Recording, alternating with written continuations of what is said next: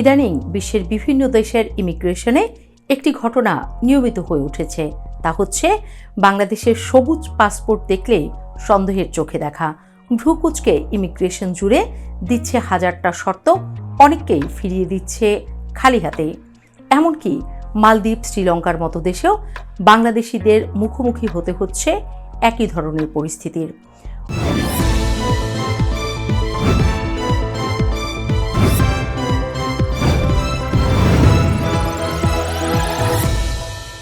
উচ্চশিক্ষা, ঘুরতে কিংবা কাজের জন্য বাংলাদেশিদের বিদেশ যাত্রা এখন আর সহজ নয়।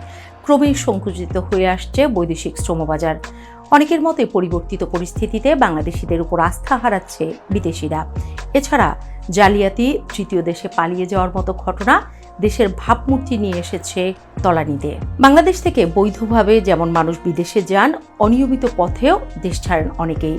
ইতালির মতো দেশে যত লোক অবৈধভাবে প্রবেশ করেন, তার মধ্যে বাংলাদেশ ১ নম্বরে। শুধু ইতালি নয়, জাতিসংঘের শরণার্থী সংস্থা বলছে অনিয়মিত পথে ইউরোপে প্রবেশকারী অভিবাসীদের তালিকায় শীর্ষে এখন বাংলাদেশ। প্রতি বছর বহু লোক ভূমধ্যসাগর পাড়ি দিতে গিয়ে ডুবে মরলেও মানব পাচারকারীদের প্রলোভনে বহু বাংলাদেশি সমুদ্রপথে যাত্রা করেন। লিবিয়া ভিত্তিক মানব পাচার নেটওয়ার্কগুলো বাংলাদেশি অভিবাসীদের ইউরোপে নেয়ার ক্ষেত্রে গুরুত্বপূর্ণ ভূমিকা পালন করে। এসব চক্র ইউরোপে ভালো কাজ ও উচ্চ আয়ের আশ্বাস দিয়ে বিপজ্জনক যাত্রায় উদ্বুদ্ধ করে, বাস্তবে মেলে মৃত্যু। বিশেষজ্ঞরা বলছেন, দেশের অভ্যন্তরে কর্মসংস্থানের সীমাবদ্ধতা, অর্থনৈতিক চাপ, জীবনযাত্রার ব্যয় বৃদ্ধি এবং বিদেশে তুলনামূলক ভালো আয়ের প্রত্যাশায় তরুণরা অনিয়মিত পথে ইউরোপে যাওয়ার ঝুঁকি নেয়। বাংলাদেশের ২ থেকে ৩ কোটি মানুষ প্রবাসে থাকেন। তাদের অনেকে বৈধভাবেও পাড়ি জমিয়েছেন। এর মধ্যে রয়েছে শিক্ষার্থী, শ্রমিক, ব্যবসায়ী সহ বিভিন্ন পেশাজীবী মানুষ। দেশের অর্থনীতিতে তাদের ভূমিকা বড়। ২০২৪-২৫ অর্থবছরে রেমিটেন্স $৩০ বিলিয়ন ছাড়িয়ে গেছে, যা বাংলাদেশের ইতিহাসে একক অর্থ বছরে সর্বোচ্চ। কিন্তু তবুও সরকারের পক্ষ থেকে এই খাতের দিকে বিশেষ নজর নেই। ফলাফলে শেষ ১০ বছরে বিভিন্ন দেশ থেকে অবৈধ হয়ে বাংলাদেশে ফেরত এসেছেন প্রায় ৭ লাখ অভিবাসী, যদিও তাদের সবাই বিদেশে গিয়েছিলেন বৈধ পথে। বৈধ পথে বিদেশগামীদের তথ্য বিশ্লেষণ করে BMET। সংস্থাটির তথ্য বলছে ২০১৫ থেকে ২০২৪ সাল পর্যন্ত ৮০,৪৪,৬৫০ জন বাংলাদেশি অভিবাসী শ্রমিক হিসেবে বিদেশে গেছেন। কিন্তু এখন ধীরে ধীরে এই সংখ্যা কমছে। বেশিরভাগ দেশই আর বাংলাদেশ থেকে শ্রমিক নিতে চায় না। বাংলাদেশের তুলনায় প্রতিবেশী দেশ ভারত, পাকিস্তান সহ এই অঞ্চলের বিভিন্ন দেশ থেকে মধ্যপ্রাচ্যে কিংবা প্রধান শ্রমবাজারগুলোতে অভিবাসন ব্যয় খুবই কম। এছাড়াও ওই সব দেশের শ্রমিকরা পান সঠিক প্রশিক্ষণ। সরকারি তথ্য বলছে বাংলাদেশ থেকে ১৪১টি দেশে কাজ করতে যায় মানুষ। তবে শুধু সৌদি আরব, কাতার, সিঙ্গাপুর, কুয়েত ও মালদ্বীপেই যান ৯০% শ্রমিক। বাকি দেশগুলোতে যান মাত্র ১০%।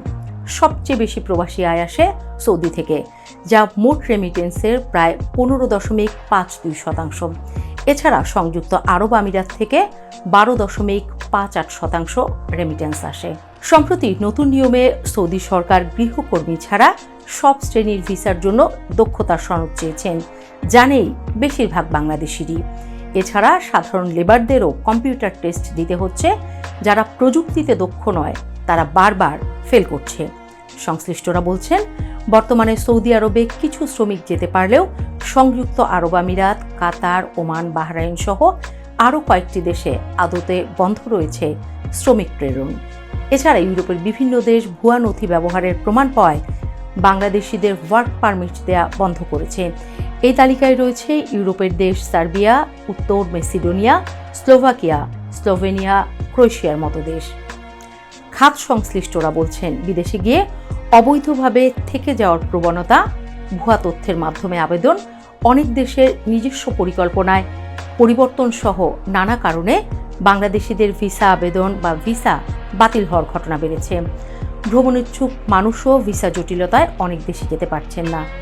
পাশের দেশ ভারতের পর্যটন ভিসা যেমন পুরোপুরি বন্ধ, তেমনি বাংলাদেশিদের জন্য মার্কিন যুক্তরাষ্ট্র এনেছে ভিসা বন্ড, যেখানে ভিসা আবেদন করার জন্যই আগে টাকা জমা রাখতে হবে, কারণ বাংলাদেশিরা ঘুরতে গিয়ে পালিয়ে থেকে যায়। নানান শর্ত দিয়ে বাংলাদেশিদের কাবু করতে ছাড়েনি থাইল্যান্ড, সিঙ্গাপুর, শ্রীলঙ্কা, মালদ্বীপ বা ইন্দোনেশিয়ার মতো দেশগুলো। এসব দেশে এখন সব শর্ত মেনে ভিসার আবেদন করার পরও মেলে না ট্রাভেল পাস। আগে যেখানে ভিসা হয়ে যেত 10 দিনের মধ্যে, এখন সেখানে অপেক্ষা করতে হয় মাসের পর মাস। উচ্চশিক্ষায়ও বাংলাদেশিদের বিদেশ যাত্রা কঠিন হচ্ছে। সমগ্র ইউরোপীয় ইউনিয়ন বাংলাদেশের বিষয়ে একটি কঠোর অবস্থানের দিকে এগোচ্ছে। এছাড়া যুক্তরাজ্য, অস্ট্রেলিয়া, জাপানের মতো দেশ বাংলাদেশের শিক্ষার্থীদের ভিসার হার কমিয়ে দিয়েছে। অস্ট্রেলিয়া সম্প্রতি বাংলাদেশের শিক্ষার্থীদের ভিসা ক্যাটাগরি 1 থেকে নামিয়ে এনেছে 3-এ। একটা সময় ইতালিতে বাংলাদেশের শিক্ষার্থীদের অনেক ভিড় থাকলেও বর্তমানে সেখানে চরম বিশৃঙ্খলা বিরাজ করছে। ঢাকাস্থ ইতালি অ্যাম্বাসিতে বর্তমানে 60,000-এর বেশি আবেদন ঝুলে আছে। ইউরোপের ছোট্ট দেশ মাল্টাও বাংলাদেশের শিক্ষার্থীদের জন্য এখন আর সহজ গন্তব্য নয়। 2024-25 সালের পরিসংখ্যানে দেখা গেছে যে মাল্টা বর্তমানে ইউরোপের সবচেয়ে কঠোর ভিসা প্রদানকারী দেশগুলোর একটি। মাল্টায় ভিসা প্রত্যাখ্যানের হার 38.5% হলেও বাংলাদেশিদের ক্ষেত্রে রিজেকশন হার 62%-এর বেশি। অভিযোগ রয়েছে অনেক বাংলাদেশি শিক্ষার্থী মাল্টা অথবা স্লোভেনিয়ার মতো দেশগুলোতে শিক্ষার উদ্দেশ্যে গিয়ে সেখানে না থেকে অন্য দেশে চলে গেছে, যার ফলে ওই দেশগুলো এখন বাংলাদেশ থেকে শিক্ষার্থী নেওয়ার ক্ষেত্রে নতুন করে অনেক শর্ত আরোপ করেছে।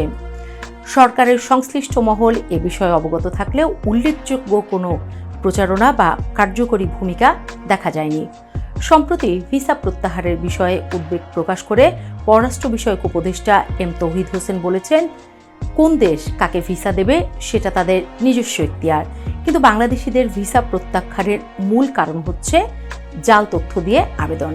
তিনি বলেন, একজনের মিথ্যা তথ্য দেওয়ার জন্য বাকিদেরও সমস্যা হয়।